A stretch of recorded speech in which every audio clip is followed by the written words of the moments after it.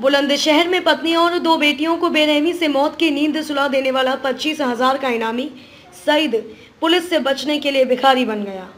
सईद दिन में सड़कों पर भीख मांगता था और रात में गाजियाबाद में रोडवेज बस अड्डे के पास फुटपाथ पर सो जाता था। पुलिस ने तेहरे हत्याकांड के आरोपी को आज पंजाब के मोहाली से गिरफ्तार कर लिया गया।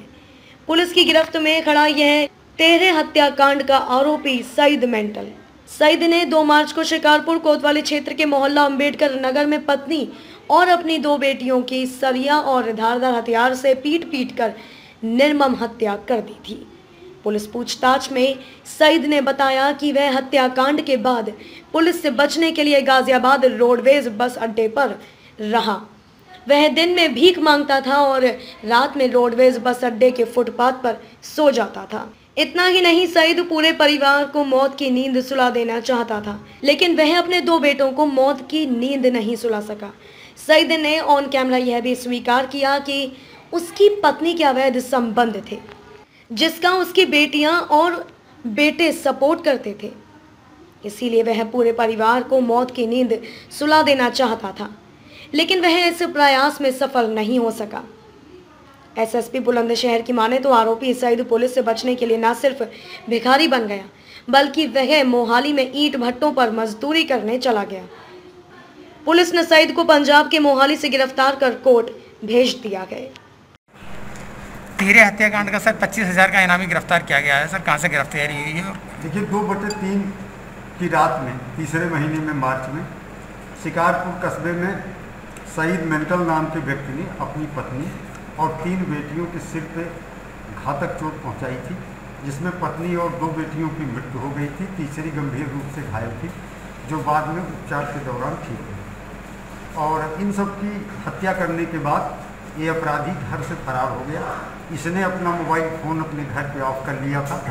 लगातार हमारी टीमें इसकी तलाश कर रही थी, क्योंकि यह किसी के भी संपर्क में नहीं था, तो कहीं से भी लोकेशन मिलने की संभावना नहीं बन पा रही थी। अलग अलग स्थानों पे जहाँ जहाँ पहले पूर्व में भी ये कभी आया गया था, या जो रिश्तेदारियाँ थी, या जो जमात आज चल रही थी, जैसी अब सूचना प्राप्त हो रही थी उसके अनुरूप इसकी तलाश के लिए लगातार हमारी 3 टीमें प्रयास कर रही थी।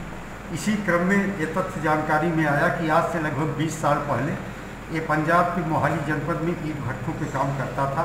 उस अभिसूचना को विकसित करते हुए हमारी टीम मोहाली पंजाब में लगाई गई और वहाँ पर ये एक सनी कंस्ट्रक्शन का काम चल रहा था। बिल्डिंग आज बन रहे थे, वहाँ पे लेबर के रूप में काम कर रहे थे और वहाँ से पुलिस के द्वारा इन्हें गिरफ्तार किया। सर इस बीच में कहाँ रहे? ये इसका कहना है कि ये काफ़ी दिन गाजियाबाद, दिल्ली और अन्य स्थानों पे रहा। कुछ दिन इसने भिखारी बन के भीख मांग करके जीविकोपार्जन किया। बाद में मोहाली चला गया, जहाँ पहले ईंट भट्ठों पे काम करता था। वहाँ एक कंस्ट्रक्शन कंपनी के द्वारा मकान निर्माण का काम चल रहा था, जहाँ ये लेबर के रूप में काम करने लगा। बातचीत के दौरान इसने बताया कि पत्नी की चरित्र पर इसे शक था और बहुत दिनों से, लगभग 2015 से ही वह पत्नी की हत्या करना चाहता था। तीनों बेटियां इसकी इसमें सहयोग करती थी पत्नी को।